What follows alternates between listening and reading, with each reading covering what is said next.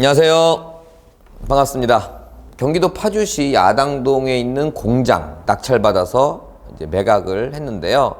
공장을 낙찰받아야 하는 이유, 이것도 제가 유튜브 영상에 간략하게 올려놨습니다. 오늘은 공장을 낙찰받아야 되는 이유를 설명드리는 날은 아니니까 오늘은 이제 낙찰받고 파는 과정, 거기만 좀 설명을 드리도록 하겠습니다.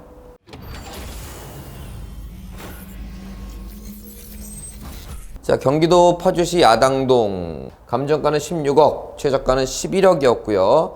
낙찰은 12억 8천으로 할게요. 그냥 12억 8천에 낙찰을 받았습니다. 부천시 신모씨의 14명, 총 15명이 낙찰받았다는 이야기죠. 낙찰은 6월 29일 2016년입니다. 2017, 2018, 2019, 2020, 2021 5년 전에 낙찰받은 거예요. 지금 미리 말씀을 드릴게요. 40개월 만에 팔았습니다. 40개월. 자, 낙찰받으면 이와 같이 신모씨의 14명 귀하 이렇게 나왔겠죠. 자, 그렇게 되면 9월 2일 날 매각 대금 완납 증명원, 이거는 대금을 냈다라는 이야기입니다. 자, 그런데 그냥 잔금을 낸 게 아니고, 여기 보시면 낙찰가 얼마라고요? 12억 8천. 그런데 여기 뭐냐면 을구 뭐예요?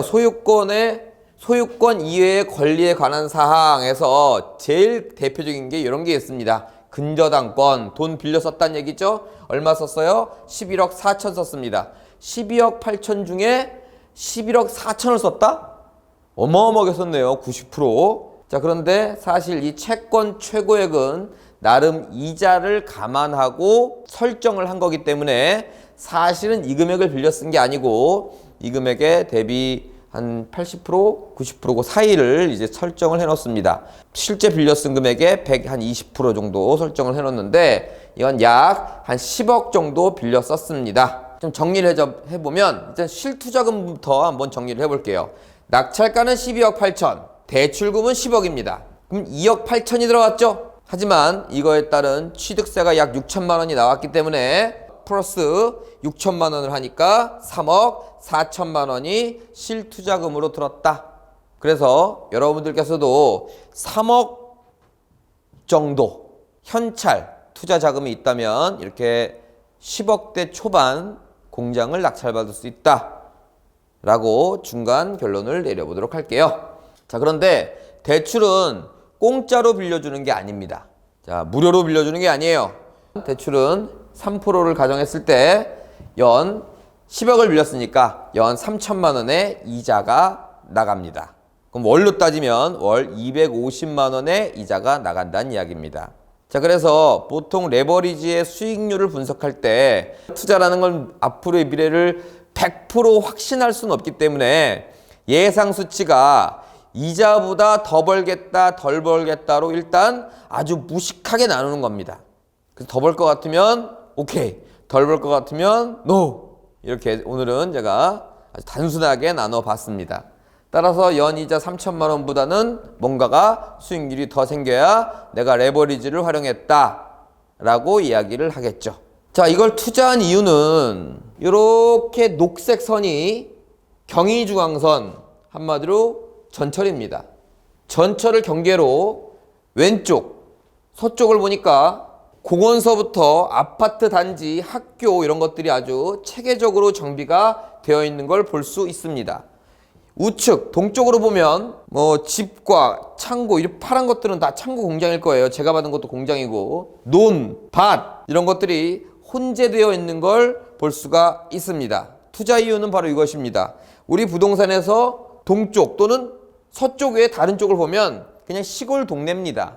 근데 서쪽을 딱 보면 아파트가 쫙 올라가 있고 신도시가 되어 있다라는 게 투자 이유입니다. 그럼 신도시가 되어 있는 게 무슨 투자 이유냐? 여기 인프라가 구축이 되고 인구가 늘며 도로가 정비되고 그리고 좋아지면 한마디로 여기도 같이 집가 상승이 기대되기에 낙찰을 받은 겁니다. 그래서 여기는 투자하려면 이미 조성된 걸 사야 되겠죠. 아파트를 분양받는다거나 이런 거고, 여기를 하려면 이제 토지 등에 투자를 할 수가 있겠죠.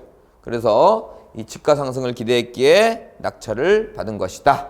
또 이런 게 있습니다. 건물이 올라가 있다 보니까 부동산 가로 열고 공장 월세 계약을 했어요. 번지 쓰고 좌측이라고 있습니다. 좌측을 얼마에 놨냐면 보증금 1,000만 원에 차임은 135만 원에 월세를 놨습니다. 또 다음 페이지를 보니까 똑같은 계약서인데 조금 다른 게 있죠. 우측입니다. 우측. 여기는 차임은 똑같은데 보증금이 좀 달라요. 아까는 1,000만 원에 135만 원이었고 이쪽은 2,000만 원에 135만 원이다. 두 개가 있는데 하나는 1,000에 135만 원, 하나는 2,000에 135만 원. 합치면 3,000에 270만 원이네요. 네. 이렇게 제가 암산이 빠릅니다. 그렇다면 실투자금이 조금 바뀌었죠? 아까 12억 8천에서 대출 10억을 빼니까 2억 8천이 됐습니다. 플러스 취득세 6천을 하니까 3억 4천이 나왔죠? 하지만 얼마가 더 회수됐어요? 보증금만큼인 3천이 회수됐으니까 실투자금은 3억 1천만 원이 된 꼴입니다. 게다가 3% 이자를 적용했을 때 월 250만 원, 연으로 따지면 3천만 원의 이자를 냈어야 됐었습니다. 그런데 이렇게 월세가 조금이라도 나와주니 월세는 270만 원입니다. 한 달에 20만 원 남죠? 따라서 뭐 남는다 이런 표현은 안 쓰고 그냥 이자가 충당이 된다. 그럼 우리는 뭐 벌어서 이자를 갚을 필요는 없다. 됐죠? 그러면은 이거를 그냥 좀 무식하게 퉁 쳐버리면 무이자로 빌려 쓴 거네요. 난 월세 받는 것도 없고 이자 내는 것도 없고. 자, 그러면 조금 더 이해하기가 편하겠죠.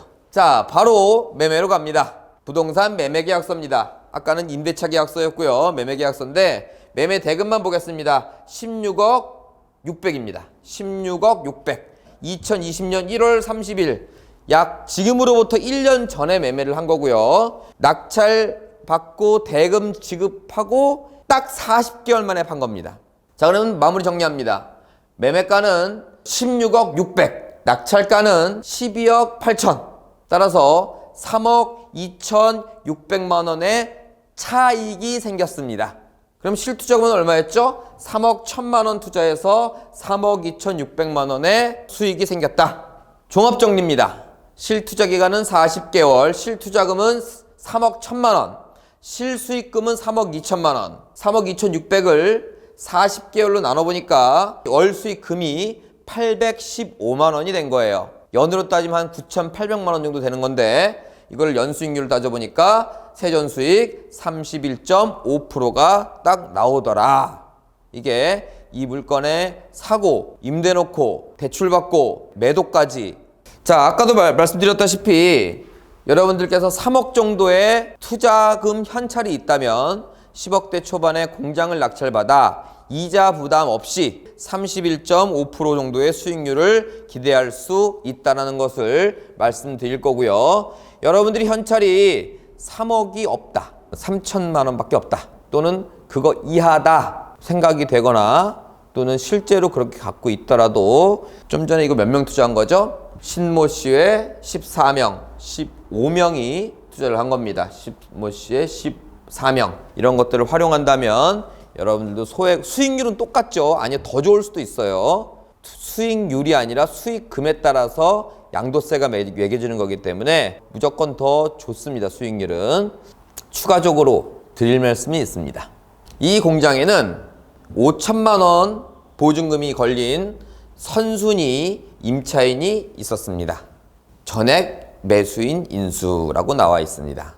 이 공장은 여기 제가 모자이크 처리했지만 주식회사로 시작하는 회사입니다. 이 회사의 대표가, 이사가 경매 나온 공장의 소유자더라고요.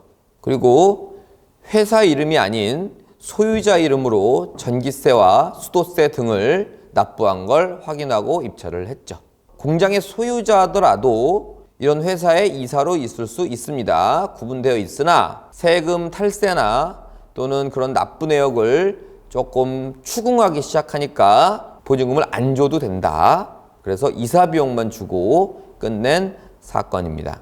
여러분들도 조사를 좀 꼼꼼히 하다 보면 그래도 저희가 그 낙찰을 받기 전 그리고 낙찰 받기 후가 더 힘들었어요. 이렇게 좀 꼼꼼하고 열의가 있다면 이런 돈도 아낄 수 있다는 점 말씀을 드릴 게 첫 번째 비하인드 스토리였습니다.